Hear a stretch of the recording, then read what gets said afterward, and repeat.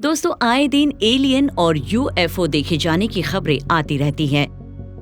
जनवरी 2024 में ही मियामी और ब्राजील में लोगों ने 10 फुट लंबे एलियन जीव को देखने की बात कही थी। इसके अलावा 2018 से इराक में अमेरिकी सैन्य अड्डे से एक जेलीफिश यूएफओ फुटेज भी साल की शुरुआत में जारी किया गया था। यहाँ तक कि रूस यूक्रेन युद्ध में भी यूएफओ देखे जाने की खबरें आई हैं। लेकिन इन सब घटनाओं को देख क्या लगता है? क्या उनमें कोई सच्चाई है? ऐसी बातों पर यकीन करने वालों का मानना है कि ये सब सच है और सत्ता में बैठे लोग जानबूझकर इन बातों को छुपाने का काम कर रहे हैं। लेकिन वही ऐसी बातों को शक की नजर से देखने वालों को ये सब सिर्फ लोगों के दिमाग की उपज ही लगती है। यूएफओ को लेकर प्रेस द्वारा फैलाया जा रहा सिर्फ भ्रम। लेकिन सच्चाई तो ये है कि हमारे पास अब तक एलियन से हुई इंसानी कांटेक्ट का कोई पुख्ता सबूत नहीं है। है ना अजीब बात? तो एलियंस कहाँ हैं? अगर वाकई में वो हैं, तो अब तक उन्होंने हमसे कोई कांटेक्ट क्यों नहीं किया? फर्मी पैराडॉक्स की इसी आकर्षक दुनिया में आपका स्वागत है। स्वागत है आपका विज्ञान 360 में। दोस्तों, फर्मी पैराडॉक्स ऐसा ही कुछ होता है। हमारे ब्रह्मांड में अरबों गैलेक्सीज हैं और हर गैलेक्सी में अरबों तारे भी। हमारे अपने मिल्की वे की बात करें तो यहाँ भी 100 अरबों से कम तारे नहीं होंगे। इन अरबों तारों में कम से कम कुछ अपने हैबिटेबल जोन्स में पृथ्वी जैसे ग्रहों की होस्टिंग करने के काबिल भी होंगे।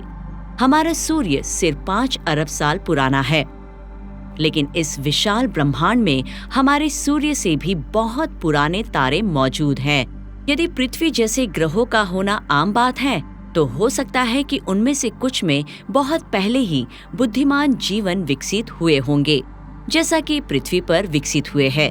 ये देखते हुए कि प्रकृति हर किसी को जांच और एक्सप्लोरेशन की भावना देती है, जिसकी वजह से सिविलाइजेशन इतने लंबे समय से अस्तित्व में है। ऐसे में उन्होंने इंटरस्टेलर ट्रैवल के लिए तकनीक विकसित भी की होगी। हम इंसान आने वाले दिनों में चंद्रमा से आगे मंगल तक अपना अगला कदम उठाने के लिए तैयार है और अभी भी इंटरस्टेलर ट्रैवल के लिए सबसे ज्यादा डिमांड वाले टारगेट की ओर छोटे कदम उठा रहे हैं। लेकिन जितना हम अब तक इंटरस्टेलर ट्रैवल के बारे में समझते हैं, उसे देख लगता है कि बुद्धिमान सभ्यताओं को अभी भी कुछ मिलियन सालों में संपूर्ण आकाशगंगा को पार करने के काबिल बन जाना चाहिए। सूरज से अरबों साल पुराने तारे भारी संख्या में मौजूद हैं। इस फैक्ट को देखते हुए हमारी पृथ्वी पर ऐसी सभ्यताओं या कम से कम उनके अंतरिक्ष यान का दौरा पहले ही हो जाना चाहिए था, लेकिन इसका कोई पुख्ता सबूत मौजूद नहीं है। आपके लिए सरल शब्दों में कहूँ तो ये और कुछ नहीं बल्कि फर्मी पैराडॉक्स है। लेकिन पैराडॉक्स ये नाम पड़ा कैसे? 1950 में गर्मियों की एक अच्छी दोपहर में एनरिको फर्मी, एडवर्ड टेलर जैसे फिजिसिस्ट का एक ग्रुप, जिनके नाम आप नए ऑस्कर क्लिंचर क्लेग, ओपनहाइमर और दूसरे फिजिसिस्ट से याद कर सकते हैं, ये सारे लोग न्यू मैक्सिको की एक प्रयोगशाला लॉस एलामोस नेशनल में दोपहर का खाना खा रहे थे। अब ऐसे में आप सोच सकते हैं कि जब इतने सारे फिजिसिस्ट एक साथ मिलकर खाना खा रहे हो तो उनके बीच क्या बात हो सकती है। जी हाँ, वे सब स्टार्स स्पेस की बात कर रहे थे और ऐसा करते वक्त वे यूएफओ देखे जाने और इस बात में कितनी सच्चाई है इस पर चर्चा करने लगे। इस डिस्कशन के दौरान फर्मी ने कुछ ऐसा कह दिया, लेकिन वे सब कहाँ है? और बस यही फर्मी पैराडॉक्स का मूल है, ये समझ लो। इसी फर्मी पैराडॉक्स से जुड़े कुछ इंटरेस्टिंग एक्सप्लेनेशंस मौजूद हैं, जो आज हम आपके साथ शेयर करने वाले हैं। नंबर 1, क्या हमने ठीक से नहीं सुना? क्या वे यानी एलियंस ऐसे फॉर्मेट में हमें सिग्नल भेज रहे हैं जिसमें हम उस सिग्नल को नहीं सुन रहे? क्या वे ऐसे लोअर या हायर फ्रीक्वेंसीज में सिग्नल्स भेज रहे हैं जिसका पता हम अपने मौजूदा इंफ्रास्ट्रक्चर के जरिए नहीं लगा पा रहे? या क्या ऐसा है कि जिसे हम शोर मानते हैं उसके अंदर उनका सिग्नल ही हो? ऐसे में लगता है कि हम विशाल ब्रह्मांड से इससे सुनने के लिए पूरी तरह से तैयार नहीं है।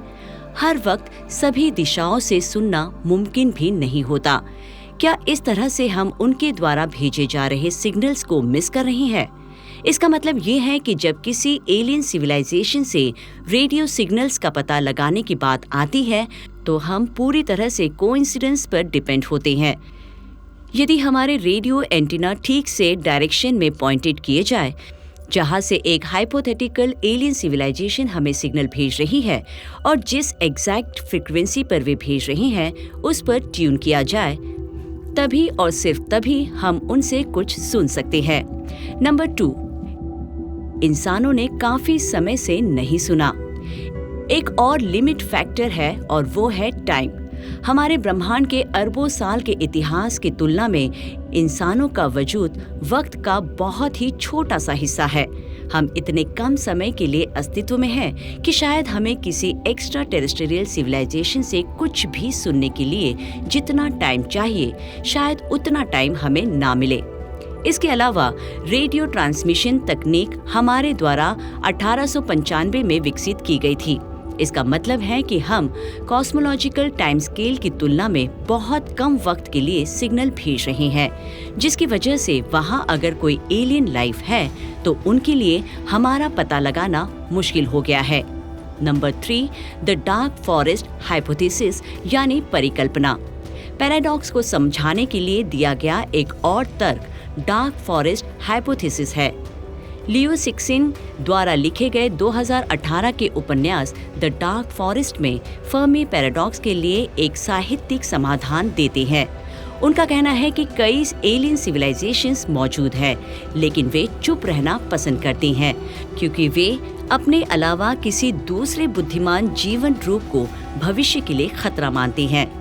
इसीलिए उनका मानना है कि किसी से भी कम्युनिकेशन खतरनाक हो सकता है। अपने उपन्यास में लियो ने अपने फिक्शनल यूनिवर्स के बारे में एक डार्क फॉरेस्ट के रूप में बात की है, जो सशस्त्र शिकारियों से भरा हुआ है, जो एक भूत की तरह पेड़ों का पीछा कर रहे हैं। नंबर 4, क्या हमारी पृथ्वी को जानबूझकर टाला जा रहा है? क्या हम एलियंस के लिए बलि के बकरे हैं? क्या हम ईटी सिविलाइजेशन की प्रयोगशाला के चूहों से ज्यादा और कुछ नहीं? ये परिकल्पना फर्मी पैराडॉक्स के लिए बिल्कुल वही तर्क देती है। इसमें कहा गया है कि एलियन सिविलाइजेशंस हमारे बारे में पहले से ही जानती है, लेकिन जानबूझकर हमसे कांटेक्ट नहीं कर रही हैं, क्योंकि वे हमारे नेचुरल डेवलपमेंट और विकास पर नजर रखे हुए हैं। हो सकता है कि वे कहीं छुपकर हर वक्त हमें देख रहे हो। नंबर 5, एलियन लाइफ अनजाने में पहले से ही यहाँ है। आखिरी और सबसे व्यापक रूप से मानी जाने वाली एक्सप्लेनेशन ये है कि वे पहले से ही यहाँ है। हम समय समय पर यूएफओ देखे जाने के बारे में सुनते और पढ़ते हैं, जो इस हाइपोथेसिस के सबूत के रूप में दिए जाते हैं। लेकिन सच तो ये है कि कई सामान्य घटनाओं को कभी-कभी यूएफओ समझ लिया जाता है, लेकिन दूसरी ओर ये भी सच है कि ऐसे कई देखे जाने पर गहन जांच के बाद भी कोई स्पष्टीकरण नहीं मिला है। इन घटनाओं की वैज्ञानिक एक्सप्लेनेशन हालांकि अस्पष्ट है। इन्हें ठोस सबूत के रूप में स्वीकार नहीं किया जा सकता। एक दूसरा नजरिया ये भी है कि सेटी या search for extra terrestrial intelligence और नासा एलियन लाइफ के बारे में पॉजिटिव जानकारी को बाहर आने से रोक रही हैं। लेकिन वे ऐसा क्यों करेंगे? खैर, उन्हें डर हो सकता है कि अगर ऐसी एडवांस एक्स्ट्रा टेरेस्ट्रियल टेक्नोलॉजी गलत हाथों में पड़ गई तो इससे बड़े पैमाने पर जनता की सुरक्षा खतरे में पड़ सकती है। कुछ लोगों का मानना है कि किसी एलियन जीवन रूप में रेडियो सिग्नल का पता लगाना आज तक मौजूद सबसे गुप्त जानकारी है।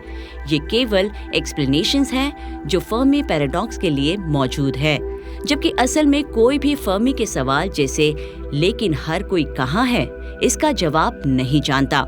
एक वैज्ञानिक ने एक बार बाल्टी में रस्सी बांधकर फर्मी पैराडॉक्स को समझाने की कोशिश की थी। फिर वो एक नाव पर खड़ा हुआ और बाल्टी का इस्तेमाल करके समुद्र का पानी बाहर निकाला उसने, लेकिन कुछ नहीं मिला। लेकिन हम जानते हैं कि समुद्री दुनिया में बहुत सारे जीवन रूप मौजूद है। शायद हमारे ब्रह्मांड के साथ भी ऐसा ही है। वहाँ कई एलियन लाइफ फॉर्म्स है, लेकिन जिस क्षेत्र का हम नमूना ले रही हैं, वो ब्रह्मांड के विशाल महासागर की तुलना में कुछ भी नहीं है। आपके मुताबिक पैराडॉक्स के लिए कौन सी एक्सप्लेनेशन सच होने के ज्यादा चांसेस है? क्या आप फर्मी पैराडॉक्स की एक्सप्लेनेशन करने वाली ऐसी और हाइपोथेसिस के बारे में जानना चाहेंगे? कमेंट कर हमें जरूर बताएं। विज्ञान से जुड़ी ऐसी ही इंटरेस्टिंग खबरों को जानने के लिए हमारे चैनल विज्ञान 360 को सब्सक्राइब करें और बेल आइकन को प्रेस करना ना भूलें।